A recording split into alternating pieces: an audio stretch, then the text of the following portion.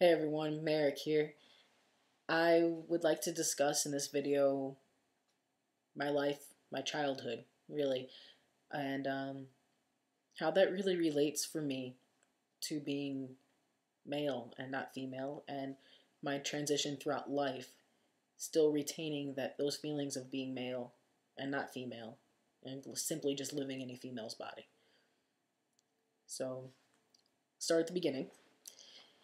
As far as back as I can remember, I've never really identified as female. As far as our culture, being the U.S. culture, is concerned, I'd like to start by knowing I just didn't know what was going on with me. I just knew I was different. I knew I didn't fit in socially with all the girls, and I always felt more comfortable with all the boys. And I didn't understand why I had to be in a separate line than the boys, and the boys had to be in one line, girls had to be in another. All I knew is that I wanted to be with them, with the guys. And that's just where I fit in. Same thing with my cousins. Whenever I hung out with my cousins, let me let you know that I'm one of 16. I'm the oldest of 16 cousins, for those of you who don't know. And most of the older cousins are male. And I just really felt very comfortable with them. That's just where I belonged. It's who I felt comfortable hanging out with and playing games with, and just really being myself with. And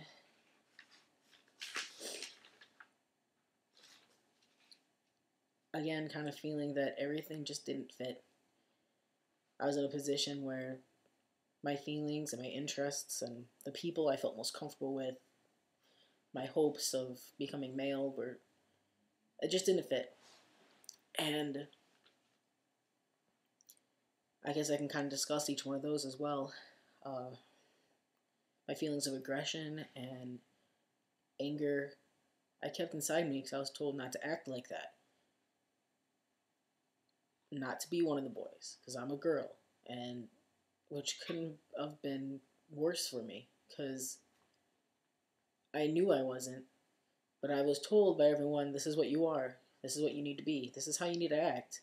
I was teased for the way I dressed, for wearing baseball caps, for trying to fit in as male, trying to fit in with the guys. And I know for a long time the guys I hung out with didn't really notice or tell, and once puberty hit, it was a whole nother world. And prior to puberty, uh, I had I had admired some very masculine people. I can remember very distinctly loving Tommy from Power Rangers. Jason David Frank was like my hero. I wanted to be him. I wanted to do things like him. I shouldn't have been watching Power Rangers. I can't imagine having children now and having them watch something like that. It was... Anyway, that's a side note. I definitely... I admired him so much. I wanted to be him. I wanted to do... I wanted to be active in martial arts because of him. Did I? No. My parents didn't have money to set me up with anything like that. But I would have loved it. I know that for sure.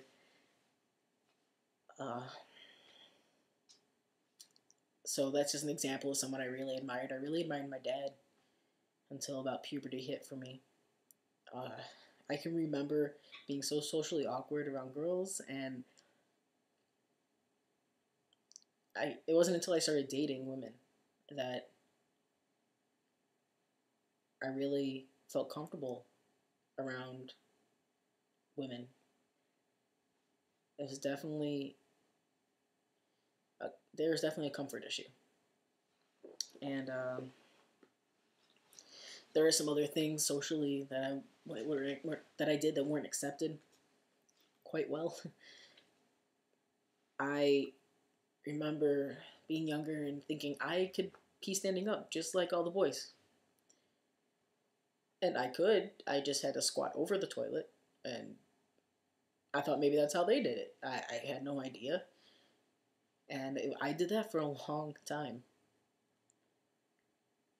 I was very curious about it, and I wanted to do it. And although it wasn't the same, I still thought I could. I also remember trying to shave my face when I was younger and had a big gat. Oh, I had cuts on my face, and because I took the razor and thought I could shave my face like my dad, and there was no hair to actually shave to begin with, but I thought I could, and lo and behold, I couldn't.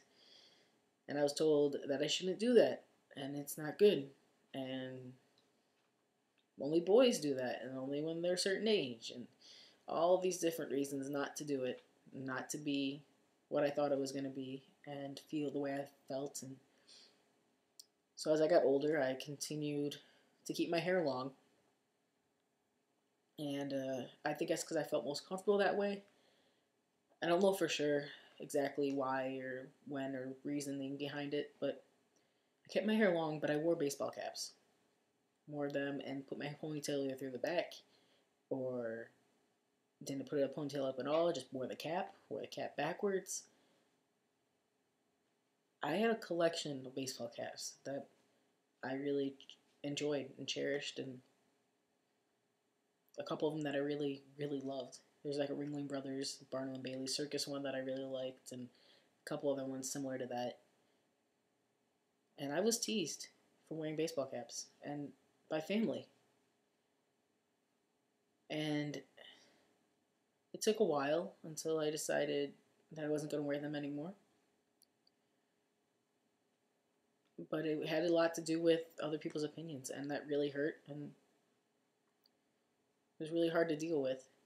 And then I had a little period where I was dressing all in black, and I tried to fit in some way with some people, and used a chain wallet, and I started dating, and that's a whole nother ball of wax.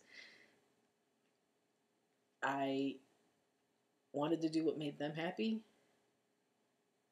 and I began to mold into society's vision of a female. And I didn't like that. I can remember, like, even though I was female and a tomboy my whole life, I never enjoyed it. Being referred to as a tomboy, I did what was most comfortable for me. And for some reason, it wasn't a very positive experience, but I knew what I was and who I was born to be.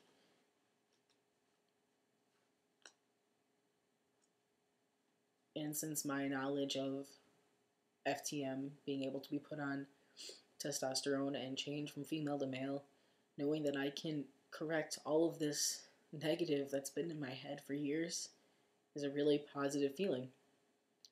And I'm finally getting what I need, what I want, and I'm taking care of myself in the best ways possible, whether it's through my diet, my exercise, and just caring about myself, because for years I didn't care. I wouldn't have thought twice about what I was eating or what I was doing or my lifestyle. And for once in my life, I care. Being male, presenting as male, wanting to be who I can be, and knowing I can get there, and that it is possible, is an amazing feeling. So thank you for watching and listening to me go on about my little bit of my childhood and how that all fits in to my life and my lifestyle, and why I've come to the conclusion of being trans, at least in my pre-adolescent part. I can go on together forever about adolescence, but that's my adolescent part right now, and thanks again. Catch you later. Take care.